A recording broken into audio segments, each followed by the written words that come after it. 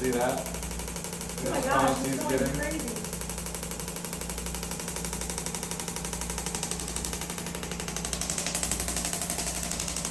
Basically, Evan's entire shoulder complex is an issue.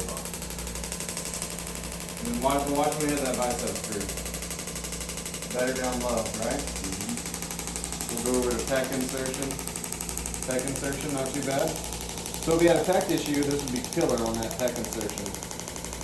I can still do certain checks. Biceps, bicipital groove here. See where it gets into the lower part of that bicipital groove? So that's an area where he needs some help. You can see the twitching. We'll get into the delt.